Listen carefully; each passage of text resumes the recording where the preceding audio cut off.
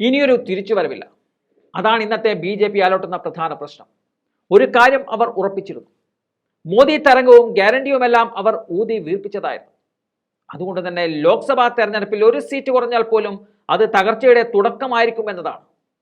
പക്ഷെ ഒരു സീറ്റല്ല, കേവല ഭൂരിപക്ഷം പോലും ലഭിക്കാതെ മോദിയുടെ പ്രഭാവം അവസാനിച്ചതോടെ BJPക്ക് ഇനി പിടിച്ചു നിൽക്കാൻ വേറെ മാർഗമില്ലെന്ന് മനസ്സിലായി കഴിഞ്ഞു.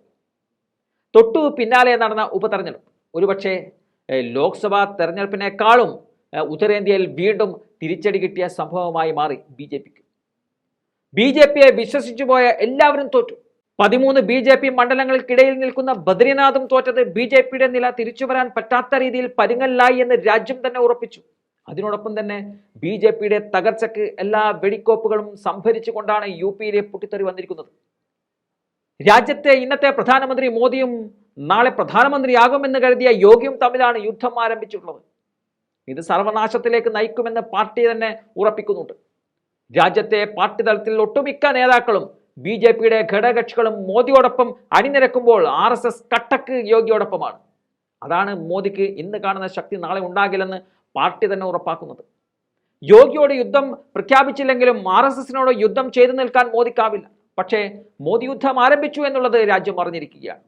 ഇനി രണ്ടിലൊരാൾ തീരാതെ അത് അവസാനിപ്പിക്കാൻ കഴിയുന്ന അവസ്ഥയിലല്ല ഇപ്പോൾ ഉള്ളത്. ആരാണ് മധ്യസ്ഥം വഹിക്കുക എന്ന ചോദ്യമാണ് ഇപ്പോൾ ഉയരുന്നത്. ഈ കലാപത്തിൽ RSS യോഗിയുടെ പക്ഷം പിടിച്ചതോടെ അവസാനിപ്പിക്കാൻ ആരുമില്ലാതെ BJPയുടെ ആഭ്യന്തര കലാപം നാശത്തിലേക്ക് നീങ്ങുകയാണ്.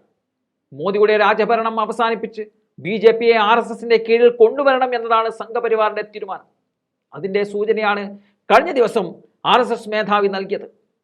ചിലർക്ക് അമാനുഷികരും അതുപോലെ ഭഗവാനുമൊക്കെ ആകാൻ ആഗ്രഹമുണ്ടെന്നും എന്നാൽ ഭഗവാൻ വിശ്വരൂപമാണ് എന്നതായിരുന്നു മോഹൻ ഭഗവത്തിന്റെ മോദിക്കുള്ള ഒരു മുന്നറിയിപ്പ്. അതിന് മുകളിൽ എന്തെങ്കിലും ഉണ്ടോ എന്ന് ആർക്കും അറിയില്ല. ആന്തരികമായും ബാഹ്യമായും വികാസത്തിന് പരിധിയില്ലെന്നും മോഹൻ ഭഗവത് ഓർമ്മിപ്പിച്ചിരുന്നു. ഏതായാലും ഒരു കാര്യം BJPയിൽ ഉറപ്പായി വരുന്നു.